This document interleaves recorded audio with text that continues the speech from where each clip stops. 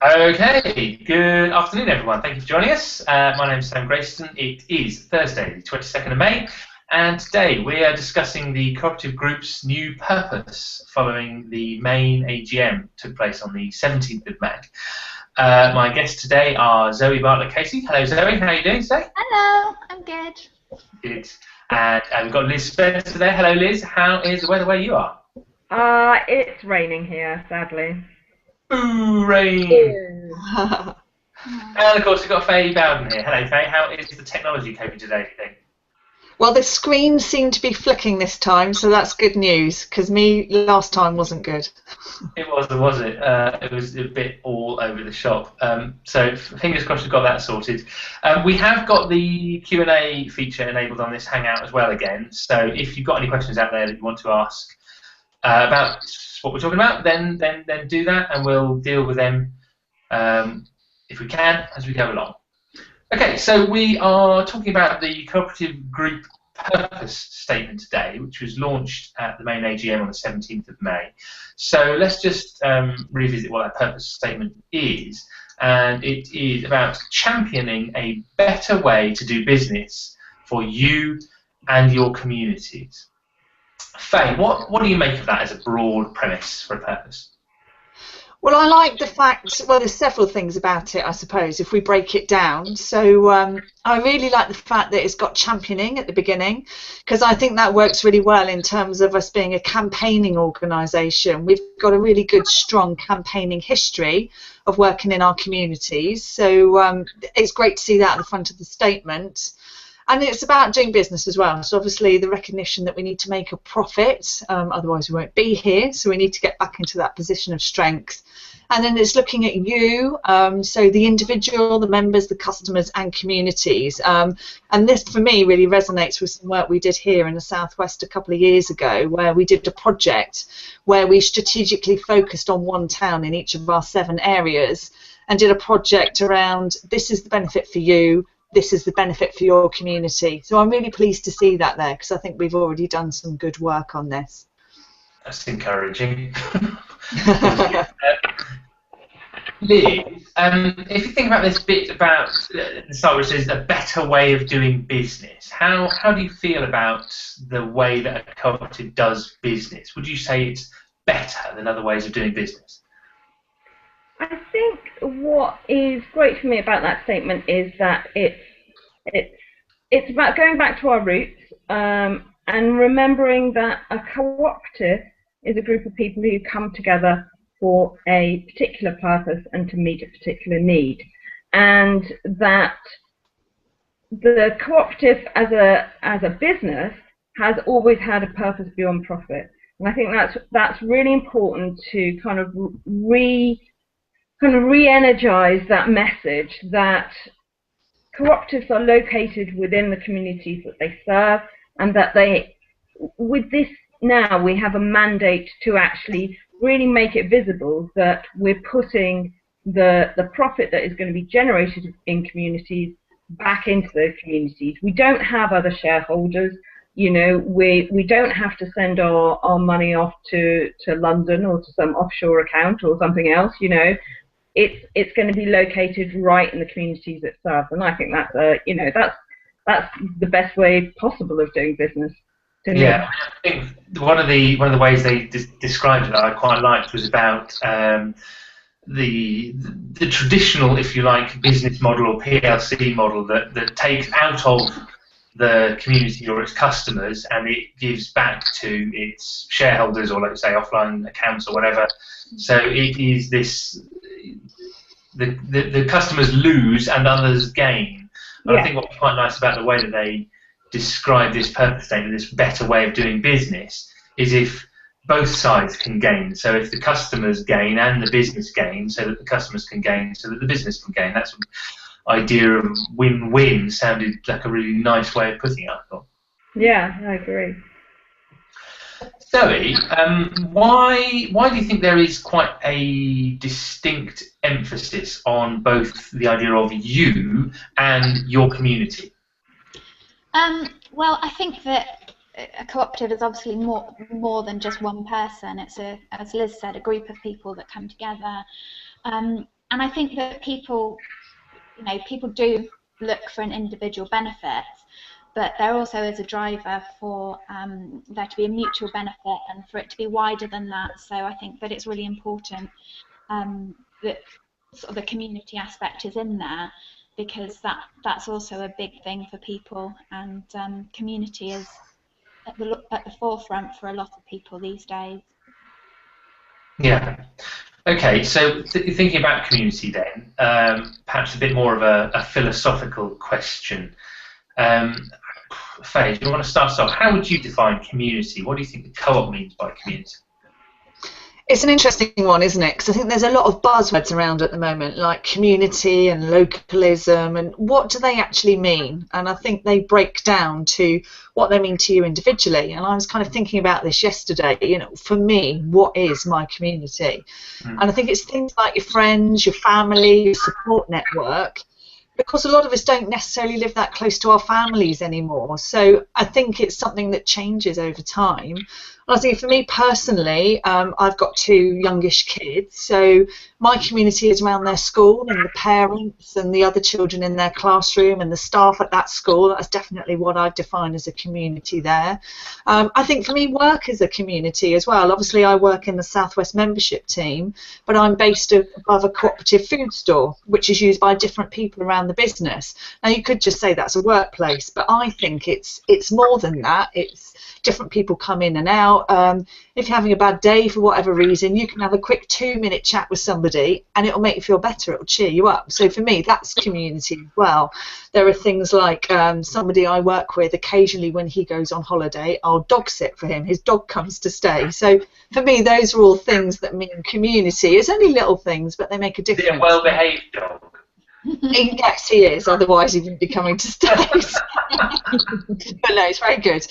But so it's things like that. And I think, as well, as I said, I've got kids, so my social life isn't what it once was. So online community is a really big one as well. I do a lot of my socialising, finding things out, kind of communicating with people. I do on things like Facebook, Twitter, so that's become a really big part of how I socialise as well. So I think it's a mixture of all those things, and it's different for each person, really. Yeah. Liz, how do you define your community? What does it mean to you?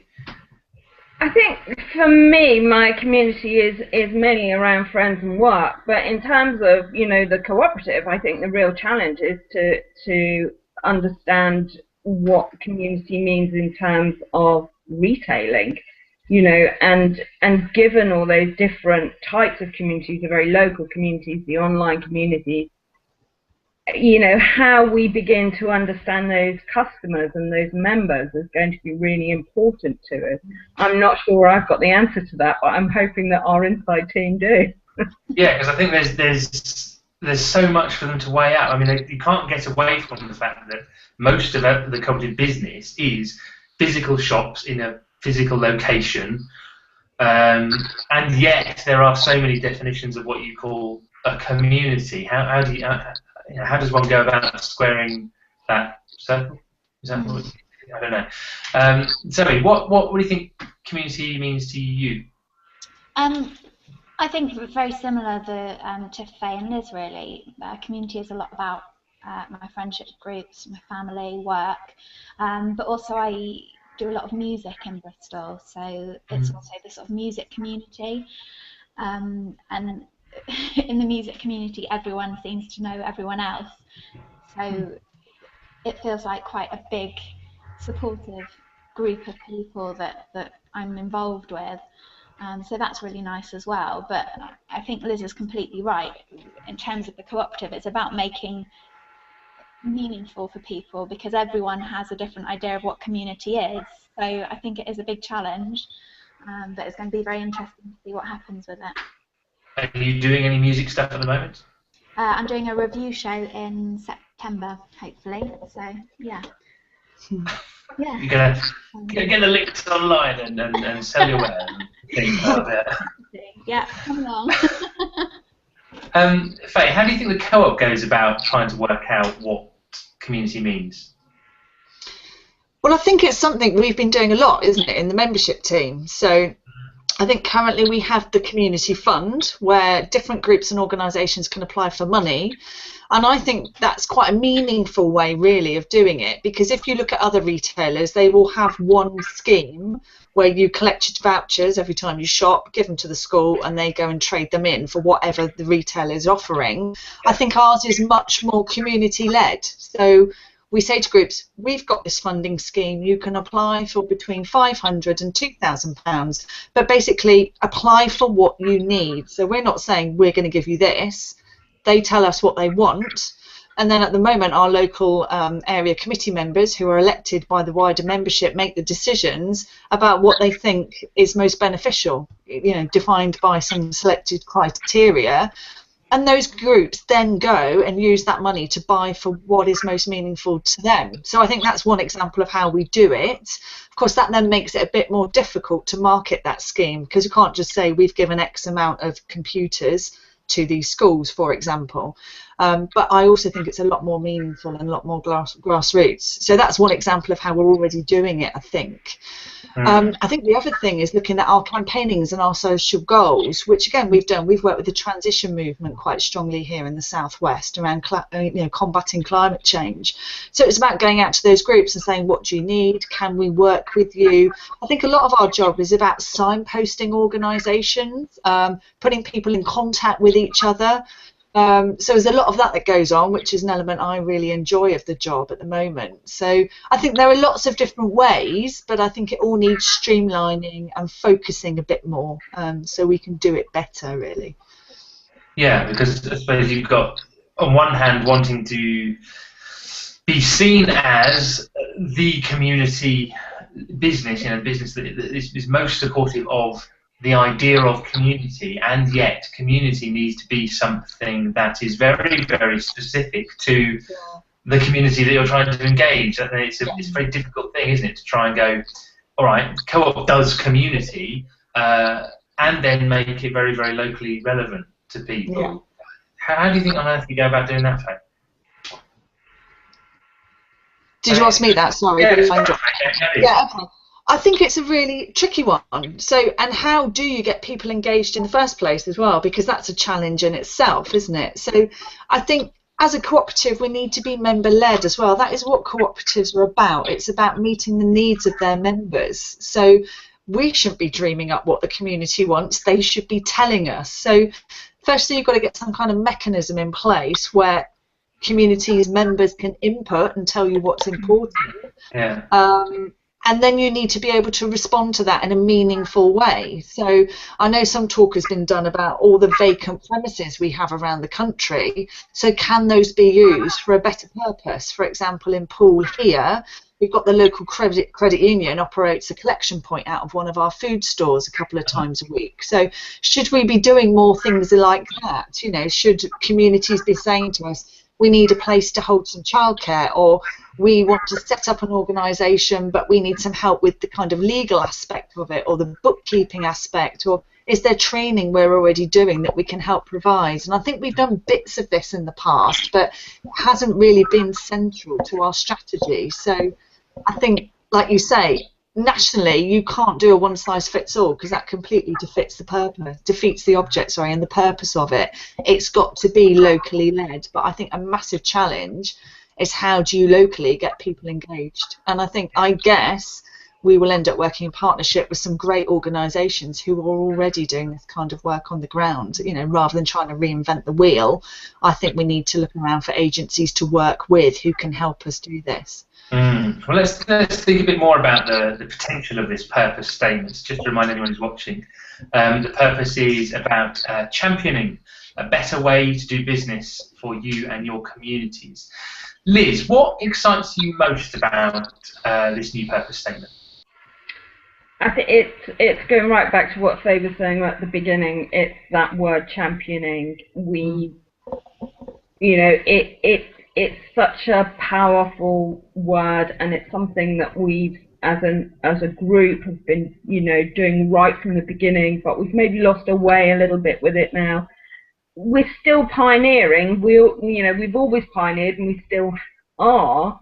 We're not getting that out into the public's mind so much. So, I think actually putting that right at the beginning of the statement means that, you know, we're now kind of going to be officially recognised for the work that we do in terms of, you know, campaigning and campaigning for local communities and campaigning for those bigger issues.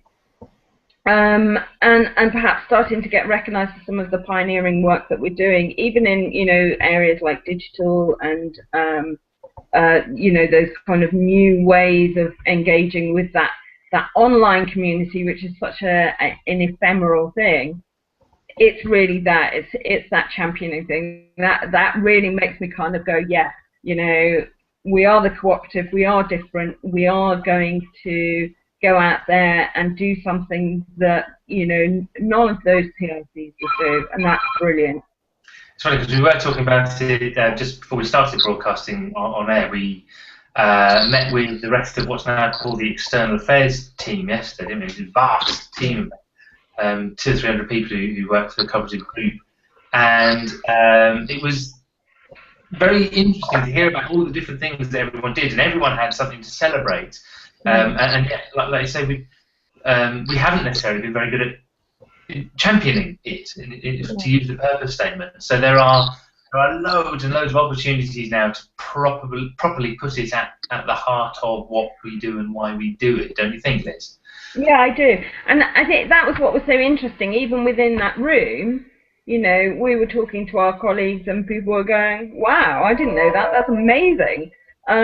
You know, so if we don't know and we're part of the same team, think of all the opportunities there are going to be to tell our wider membership, and, you know, and actually to start getting some positive things out there in the paper. We've had a complete battering over the last 12 months, and it's been a real shame, because actually during that time, you know, our sustainability report has been, you know, voted amongst one of the best in the world. We've, you know, been getting awards for our digital promotions on Snapchat. You know, we're one of the first people to do that. So, you know, actually there's great things happening, and it's just a shame that it's been lost in this mire of, you know, difficulty.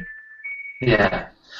Fay, how do you think members and membership are going to be able to get involved with the next stage of shaping how we start demonstrating this purpose? That's a good question, because I'm not quite sure at the moment, but I think what will happen is we're looking at doing more online communications, which is really good. It's a great tool. As I said earlier, I use it a lot. I think a lot of people do now. So I think there will be some kind of consultation then saying this is our purpose. It's very headline at the moment. We don't have any detail.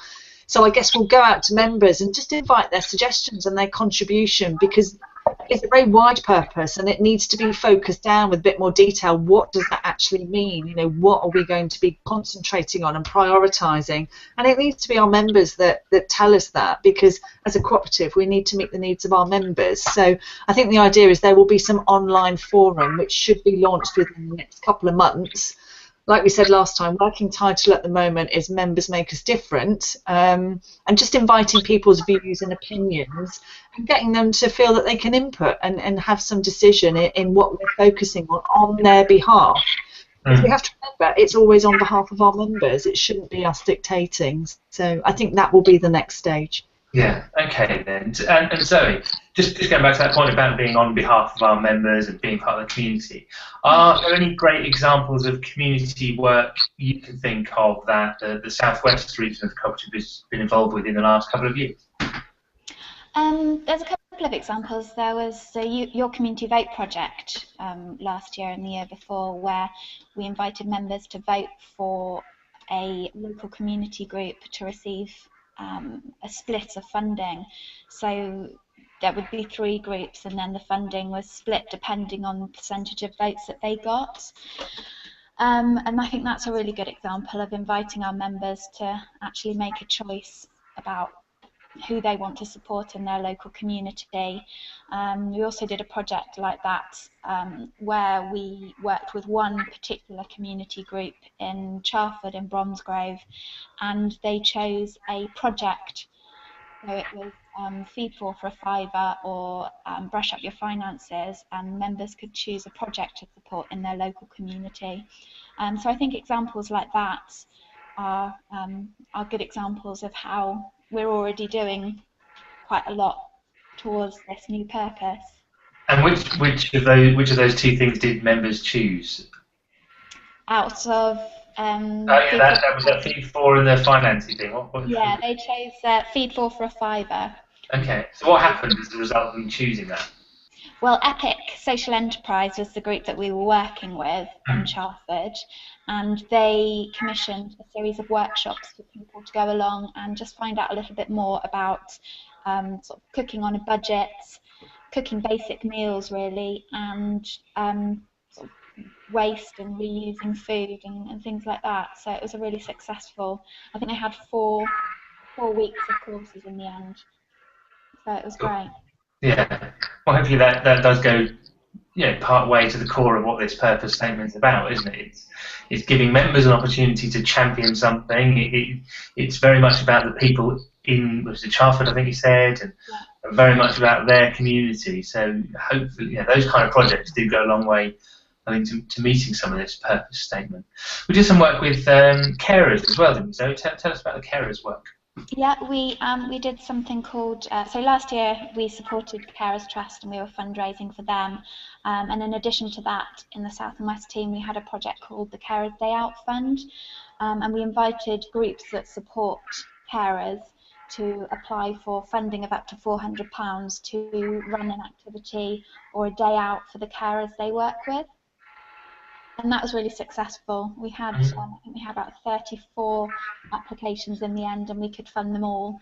And lots of really exciting things happened, and we got some really fab feedback from that. The feedback was brilliant, wasn't it? I mean, some of the stories and the things you hear from people were just lovely, weren't they? Yeah, really, really nice. I think the one that sticks out for me, there was a group in, I think it was in Wiltshire, and they put on a art exhibition.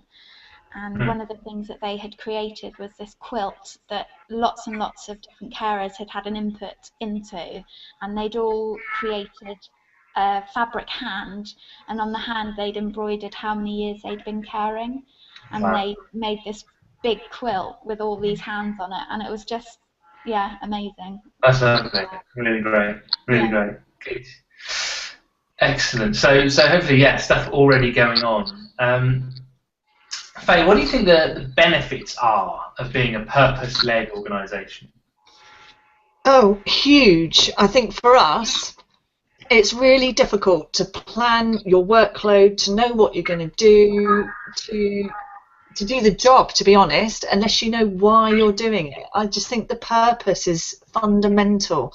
It's really, really important because you need to have a strategy. You need to know why you're doing things. So we often get contacted by people who know that we're good at campaigning, we're good with our ethical stance.